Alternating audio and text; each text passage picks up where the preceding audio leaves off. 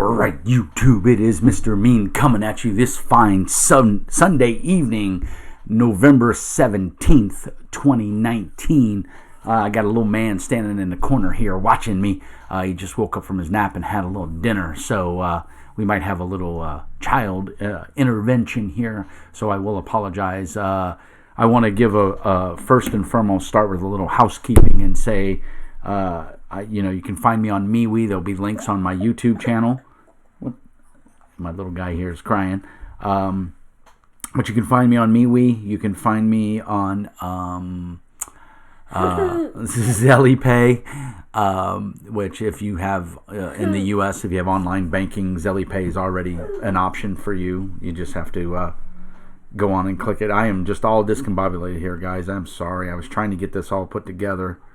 Let me see here. I want to go in and I want to go here. I want to give so I'm on ZellyPay, I'm on MeWe. I have a link to my Discord channel. We're always on there talking about games and stuff. Tell me what you want to see in your next review.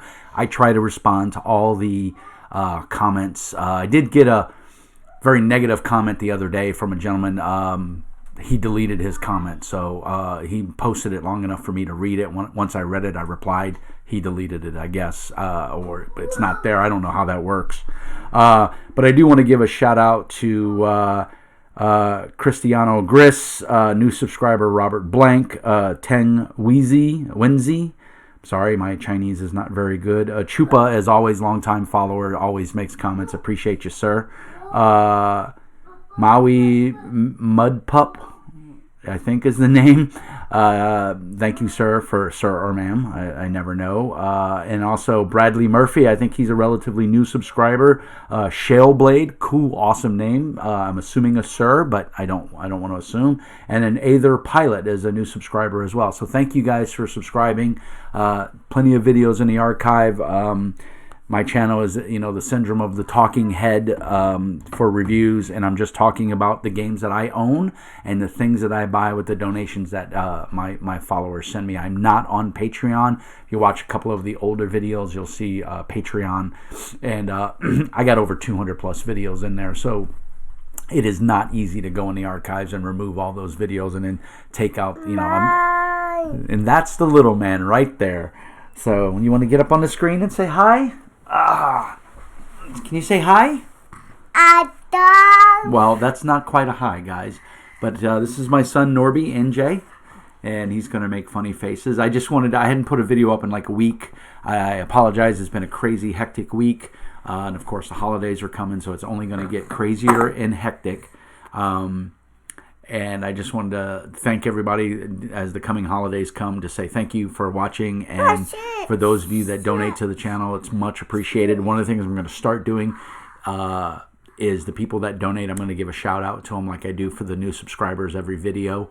If you don't want a shout out, just please, when you send the Zelly payment, you're allowed to put a note in there. You can just say, please don't mention my name or whatever, because there are some people that would rather remain anonymous for whatever reason, and I respect that. So, but I do appreciate the donations. It does pay for all of that you see behind me, and I appreciate the donations very, very much. But this week, not a whole lot to talk about. I do have a review coming for the Simbaroom Monster Codex. This thing is gorgeous, and I will do a full review probably later on in the week, early next week. So that's coming. Keep it tuned. Hit that bell to be dinged when I dong, and you'll know when I post a new video. But I did get a lovely thing in the post, and it doesn't tell me. From Germany. There's a company. For those of you that don't know, I'm a big miniature painter too. I don't get to paint miniatures as much and as often as I would like, but I'm always on the lookout for cool things. I have quite a gallery of paint and tools that I use to paint. Malifaux is one of my games of choice, although up here in northern Minnesota, I don't have too many opponents. There have been some people that have expressed interest in learning the game, and I am a demo person for weird games. I haven't had the time to really sit down and play, and I don't even have a full crew painted yet. But if you don't know what Malifaux is, I'll try to put a link down in the description if I remember.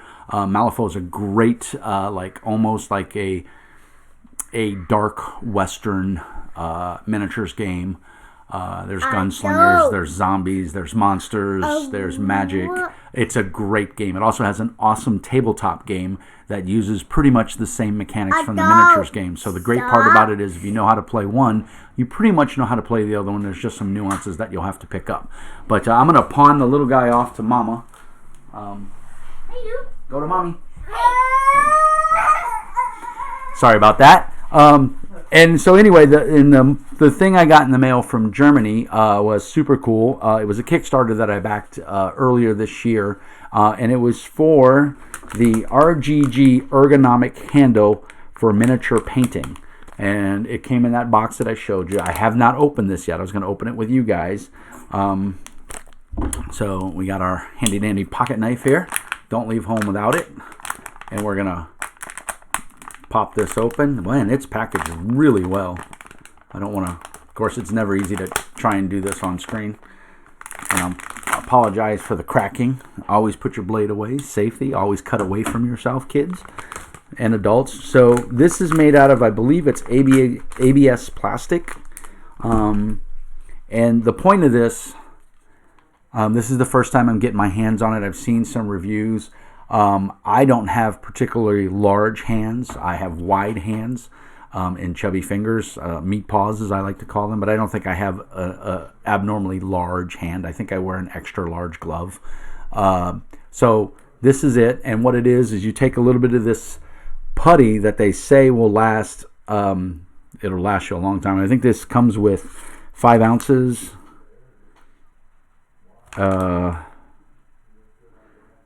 It doesn't say, and I don't have my glasses on either. 15 grams of mounting putty, and this stuff is, it won't dry out. They do recommend you cover it, put a piece of cellophane or paper over it. And what you do is you cut off a little piece, you cut off, a couple centimeters worth, and then you mash it in here. And the point is you stick your miniature on the base, and then you can turn it as you're painting it. Now, I didn't obviously put any putty down, but the point is it's an ergonomic handle so that you can hold it while you're painting. And I thought it was a really neat idea. I'm going to say my overall impression, I haven't used it yet, but my overall impression is it's a little small, even for, you can see it in my hand, and my pinky's kind of hanging off because you're going to kind of want to hold it like this. But I guess that's kind of the way they want you to hold it. So I'm a righty, so I'd be holding it in my left, and it spins. It's got a little resistance to it. But overall, I think it cost me a whopping $8 US, and it was a couple dollars in shipping because I did it via Kickstarter. It's got a little bit of weight to it. It will sit flat on the desk, which is nice. So if you've got some miniatures on it, as long as your miniature isn't, very lopsided, it should sit on there quite well. And as you can see, this one fits in there pretty good. I put it on a 25 millimeter base.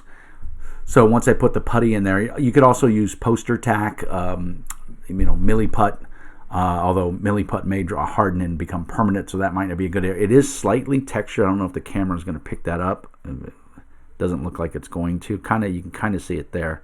Yeah, it's a little bit textured, so gives the putty something to adhere to. So this is a Dragonborn warrior from Nolzur's Fantastic Miniatures or whatever. Everybody knows I'm a role-playing game channel, so I have fantasy miniatures. I've since gone over to plastic miniatures, flat plastic miniatures, and I did a Kickstarter at the beginning of the summer for some new acrylic flat plastic miniatures that are not done by Arknight. They're done by another company, but man, do they look amazing.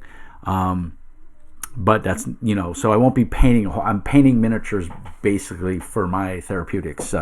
Those that have followed my channel for a long time know that, I came back from Desert Storm, and evidently I suffer from a little bit of PTSD and some anger management issues. And so painting is for me, it's a great relaxation and meditation thing. So painting miniatures for me is very therapeutic. I enjoy it very much, and it just puts me in a really good mood. And so I did pick up this Dragonborn. I think I split the box set with a friend, and then I have a really nice griffin as well that I want to paint up. It was for my Midgard game, but we since dropped Midgard and we're playing Pathfinder 2nd Edition, which is going swimmingly, and we're having a blast playing it, and I'm really enjoying running it. So, but I want to do a quick video to talk about this. It's from RGG. I'll put a link to their website. It's called the RGG 360. And man, I'm telling you, I like I said, I haven't really used it yet, but I will say now, the more I hold it, it does feel good in the hand. You know, and like I said, it's easy to spin. It's got enough resistance that it's not going to wobble. It's not going to spin on its own. Like, you know, if you have a lead miniature or Iridium or anything like that, where the miniature might have enough weight that it would turn on you, you know, while you're painting. You know, you're leaning over and you're painting it. Obviously, I wouldn't be using it like this. I have a microphone in my way. But I gotta say, guys, for like $8, these are the same guys that make the I think they were the first ones to go to market with the wet palette, and it's on their website now. And I make my own wet palette. I'm a big fan of the wet palette. I really like it for painting. So it's one of those things, if you haven't used one and you're like straight painting from the pot, which is how I used to do it for years because I didn't know any better, there's nothing wrong with that method. So if you like painting that way and you're comfortable painting that way, by all means proceed to do it. But give the wet palette a try, and it's easy enough to make. Just get yourself an old Tupperware container that has a lid that seals, and you can buy some cheap sponge, thin sponge at usually the hobby stores or your local grocery store, and then some parchment paper, and you wet the sponge, enough water to cover the sponge. Once the sponge soaks it all up, you pour the excess out, and then you put a piece of parchment paper over it. And you're talking a couple dollars, literally, and you can go buy the cheap dollar store Tupperware bowls, the Glad bowls or whatever, sandwich size. That's the perfect size. And then what happens, you just put enough paint that you need on there. You can mix your paint, you can do whatever, but the water is able to absorb through the parchment paper and keep the paint moist without adding or liquefying it or making it too runny. So you can thin your paint when you need it. If you add water-based thinner, or if you just use plain water, whatever you like to. However, I like my paints pretty thin. I don't mind painting a second coat, but I use Army Painter paints. I'm very happy with their paints. I also have a number of Reaper paints, which I really like. But last year or year before, 2 years ago, Army Painter was having a big Christmas sale, and I bought a paint set that had like 114 paints in it. It's pretty much all the paints I ever need. And I've managed to keep them in the house where they are, in a decent temperature, because all my original Reaper paints and everything got ruined when I was moving and everything, and they just not good. And I honestly feel the Reaper paints don't hold up as well as the Army Painter paints do if you leave them in the box for too long. And that's if you paint a lot, then it's not an issue, but I paint very sporadically, so that's kind of where I'm at. So that's what I wanted to go over. Like I said, they mailed it in a nice mailer. It was wrapped in paper, came from Germany, went through customs, pretty quick, no issues. I don't know if they're going to have local stores that are going to carry it, but I know you can order it from their website. And like I said, I'll put links in the doobly-doo down below. But yeah, that's what the packaging looks like. You may even be able to see it in some of your hobby stores or your bigger stores that carry miniature painting, maybe Hobby Lobby, maybe even Michael's. I don't know if they're going to carry it, but you could probably ask them to order it for you. I'll put up there's a good picture of the ISBN right there, or the barcode. So you maybe can take a picture of that, bring it into your hobby store and say, hey, can you guys order this? And then you don't have to worry about paying the import tax or anything. It was all covered in the Kickstarter, so I don't have any complaints. I will say, like I said, it's got a nice weight. It comes in a couple different colors, I believe, 1 or 2 different colors. I think it comes in a blue. I'm not sure. I didn't specify a color, so they sent me black. I'm not even quite sure if it does come in other colors. I guess we could check the website and see what they say. If I can. For whatever reason, my browser has died on. There we go. Holders. I guess it only comes in black. So they sell their own. They sell the wet palette, which is awesome. But again, I made my own. I'm not saying it's a bad thing. I don't see the need in spending money on something that I can make myself. But I'm very happy with it. Like I said, and that's what it looks like. It's very small. It doesn't weigh much, but it does have a little bit of weight. It's ergonomic, made for you to wrap your fingers around it. And you can kind of hold it either way. I think it's more supposed to go that way, where the curved edge, your fingers wrap around it. Is kind of how. I haven't really seen a right or wrong way. It's all what feels comfortable in your hand. I think holding it on the curved edge with the pronounced curve into your palm also feels good. I think it's just whatever your preference is. And like I said, so that's it, man. That's the RGG 360 ergonomic handle for miniature painting. And I ran across it on Kickstarter, and it caught my eye. And at the time, I was into painting. I was painting quite regularly, and my hand was cramping up and so on. And I don't like using the 3-armed alligator clip thing because it's unwieldy and it's bottom heavy, and if you bump it, it wasn't for me. In fact, I think I gave it away. So I wanted something, and I'm probably going to wind up ordering 1 or 2 more of these because A, they're super cheap, and B, you don't want to be pulling miniatures off, to put another, especially if you're assembly line painting. Like I'm going to have some. I just got real heavy into Necromunda, and I bought the Palanite Enforcers, and they are amazing models, and I want to paint them up, and that's one of the reasons I got this. So I may get another one so I can at least have 2 miniatures, maybe even a third one. I, of course, have the archetypical, medicine bottle, but they don't feel good in your hands. I mean, they work. You put a little bit of poster tack on the bottom. You can see I've got some on there. This is a treasure base for Frostgrave, which is another miniatures game that I really, really love. And these work okay. And I mean, everybody knows somebody who takes medicine, so you can get these. I've seen people use like aspirin bottles and things like that from the dollar store, because it's literally $1. And, they just pour the aspirin into another container and then they use it. So it's whatever your hand feels good with. I hadn't done anything hobby related for video in quite a while. And I wanted to get a little something different on the channel. And that's why this came in the post a couple days ago. I think I got it Tuesday or Wednesday of last week, and just hadn't had a chance to rip out a video real quick. So I wanted to get one off. Now that I've got it, I want to get back into painting. It's winter time here in Minnesota, so there's not a lot of outside activity going on, and it's a great opportunity to paint miniatures as long as you don't need to go outside and spray paint, because that ain't happening. It's too cold. But I think it's a great hobby if you're a game master or a player. Give your hand at miniature painting, because the great thing about miniature painting is you don't have to be artistic. You don't have to be an artist. I have horrible eyes. I wear a pair of glasses that magnify. They're just regular glasses. So I put those on, and that helps me with the paint and the detail. Just have yourself a nice bright light, or natural lighting conditions. You guys can't see my paint table here. It's to my left.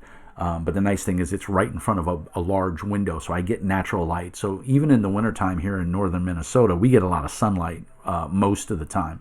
So on my hobby days or whatever, if I'm off during the week or the holidays are coming up, I'm going to have a week off here real soon.